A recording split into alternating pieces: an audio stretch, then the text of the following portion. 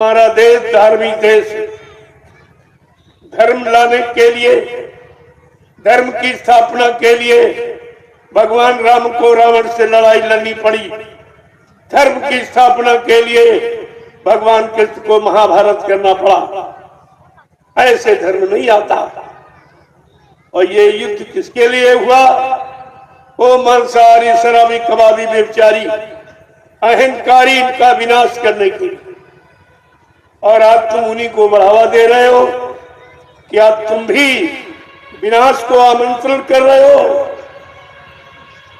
क्या विनाश को आमंत्रण दे रहे हो, निमंत्रण दे रहे हो कि विनाश हो जाए? फिर तुम्हारा क्या होगा? क्या तुम्हारा इतिहास बनेगा? क्या तुम्हें कोई जानेगा, पूछेगा? अरे अब भी हमारी बात पर विचार करो तो कुछ तुम्हारा बच जाएगा। अंता न तुम बचोगे न तुम्हारा राज्य बचेगा, न तुम्हारी प्रजा बचेगी न राजा बचेगा। ये परिणाम बहुत ही खराब होगा। ये बुरे खान पान का और जीवों की निर्मम निर्दोष हत्याएं करवाने का परिणाम बहुत बुरा। ये लाखों जीव रोज मारे जा रहे, काटे जा रहे, बेगुनाह, कोई गुनाह नहीं, कोई गलती नहीं की, उनको मारा काटा जा रहा है। एकमात्र स्वार्थ के लिए, एकमात्र व्यापार के लिए इतना जघन्य अपराध किया जा रहा है। तो इसका परिणाम क्या होगा? क्या इस पर कोई विद्वान नहीं सोच रहा? कोई बुद्धिमान पढ़ा लिखा नहीं इस पर सोच पा रहा कि ऐसा समय जब जब आया, 3 युगों का इतिहास तुम्हारे सामने पड़ा, उसको पढ़ लो, समझ लो और चेत जाओ और होश में आ जाओ और अपना अपनी प्रजा का बचाव कर लो। इसमें आपका भी लाभ है, तुम्हारी प्रजा का भी। नहीं मानोगे तो महात्मा अपना फर्ज अदा करते हैं, वो बराबर बताते रहते हैं। मानना न मानना ये तुम्हारा काम है। तो इसलिए प्रभु एक एक बात को हमको कहने की आवश्यकता नहीं थी, क्योंकि मेरा एक काम नहीं था। अगर तुमने सब काम कर लिया होता और रामचरितमानस जो कह रही उसके अनुसार तुम्हारा कर्म होता, धर्म होता, तो हमें कहने बोलने की क्या जरूरत थी? राजनीति, भारत की राजनीति क्या कहती है? गोस्वामी जी महाराज ने रामचरितमानस में लिख के बताया है कि जो भी राजा इस भारत जैसी धार्मिक भूमि पर राज करेगा, राजनीति करेगा, और उसके राज में प्रजा अगर दुखी है वो राजा नरक में जाएगा।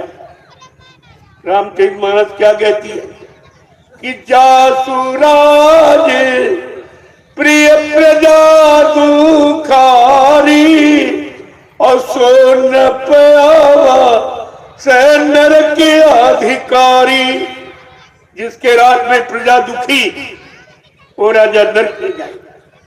चाहे देश का राष्ट्रपति प्रधानमंत्री हो, चाहे प्रदेश का मुख्यमंत्री हो, चाहे जिले का डीएम हो, तहसील का तहसीलदार हो, ब्लॉक का ब्लॉक प्रमुख हो, गांव का प्रधान हो या परिवार का मालिक मुखिया हो, सबका अपराध एक ही है, सजा सबको एक ही का। अगर उसके संरक्षण में रहने वाले जीव अगर वो परेशान है, दुखी है, तकलीफ में है, उनके बारे में कुछ सोचा नहीं जा रहा, वो जिम्मेदार व्यक्ति नरक में जाएगा।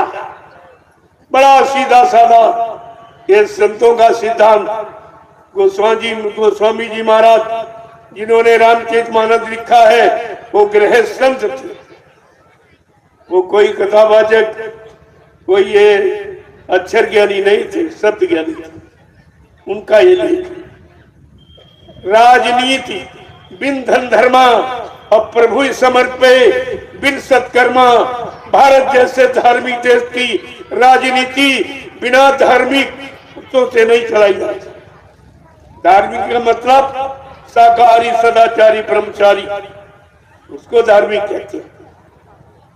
वो धर्म की स्थापना करेगा।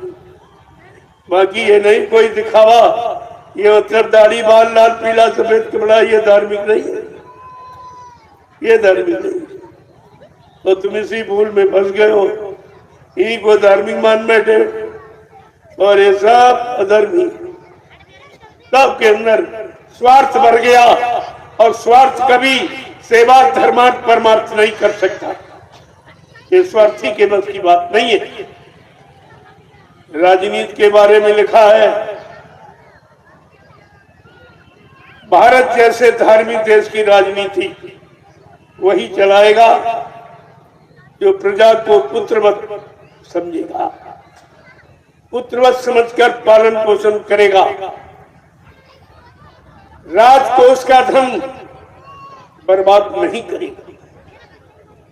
वो प्रजा की खुशहाली के लिए, प्रजा के दुख तकलीफ दूर करने के लिए बीमारी महामारियों में खर्च करेगा, लेकिन अपने शरीर पर, अपने परिवार पर, अपने मान सम्मान के लिए एक नया पैसा खर्च नहीं करेगा।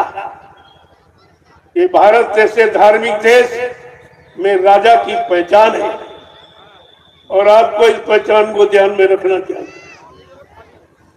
प्रजा का धन मतलब यानी कोई अनावश्यक कार्य में खर्च नहीं किया।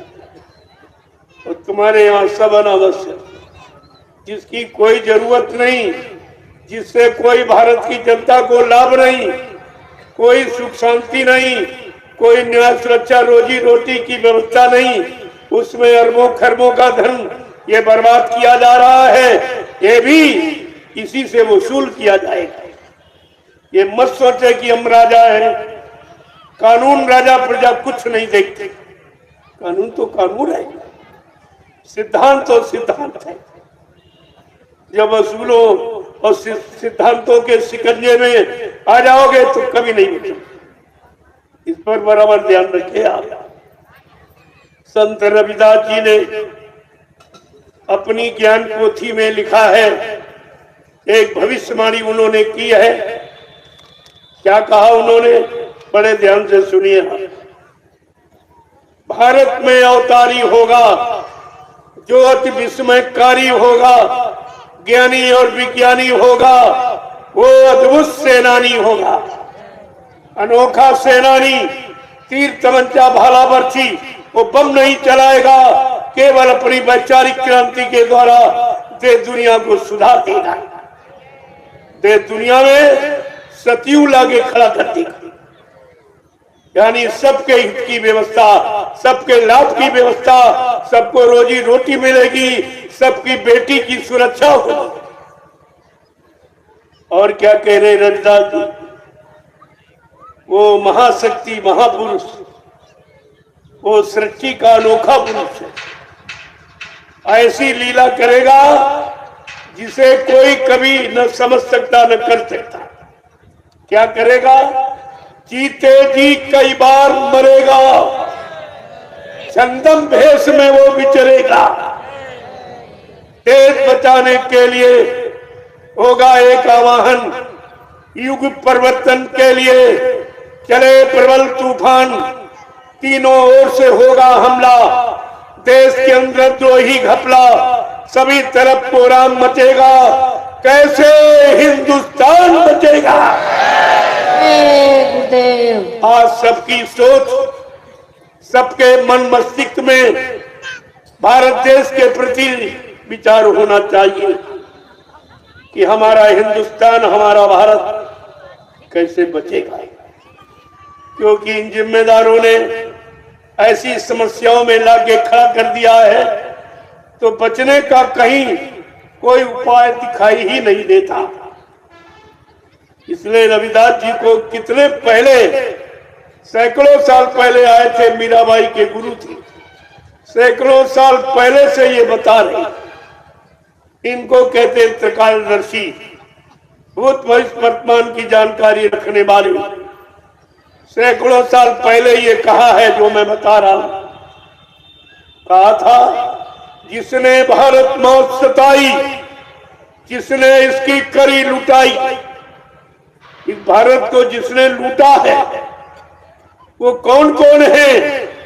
संत महापुरुष नाम भी बता रहे हैं कि नेता, मंत्री और अधिकारी, अब इनको जान बचाना होगा भारी। इन्होंने बहुत लूटा है, बहुत प्रजा को सताया है, तरह तरह से परेशान किया है। न्याय की कई बात दिखाई नहीं दे रही, सुरक्षा कहीं पर यानी दिखाई दे नहीं रही है। तो संत रविदास जी को कहना पड़ा है, वो ऐसा समय होगा, उस समय का ऐसा राजा होगा जिसने भारत माता को लूटा है और झूठी जय जयकार मनाता है।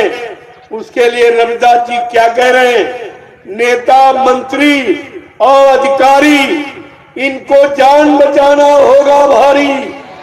ये छोड़कर सब मैदान भगेंगे, अपने अपने घरों में छिपेंगे, लेकिन वो महापुरुष महाशक्ति क्या करेगी, ढूंढ ढूंढ कर बदला लेगा, सब हिसाब चुकता कर देगा।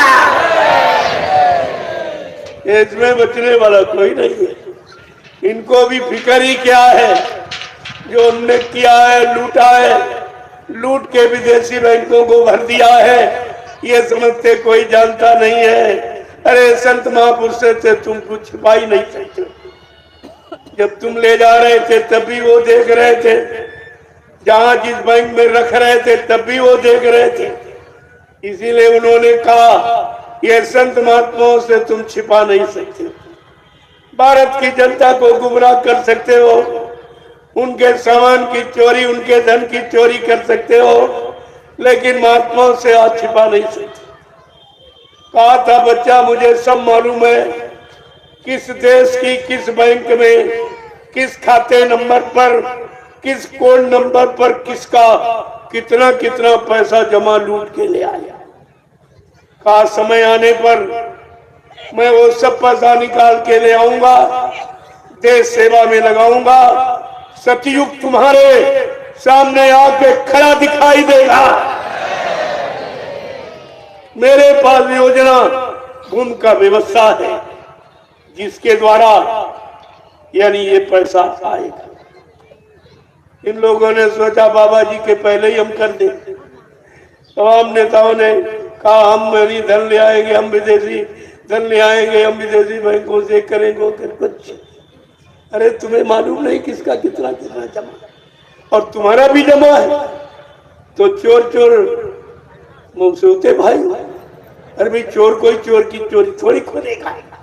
ये सब प्रचार करेंगे, सबकी निंदा आलोचना बुराएं ले वोट मांगने के लिए, लेकिन ये चोरी नहीं बताएंगे किसका कितना किस देश की बैंक में जमा, क्योंकि सबका जमा है, कोई तो बाकी नहीं है।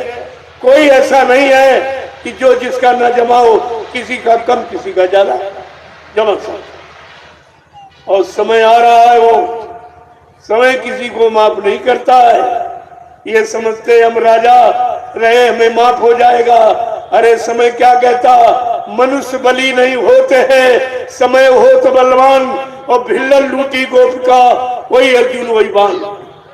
ये उदाहरण है महाभारत का।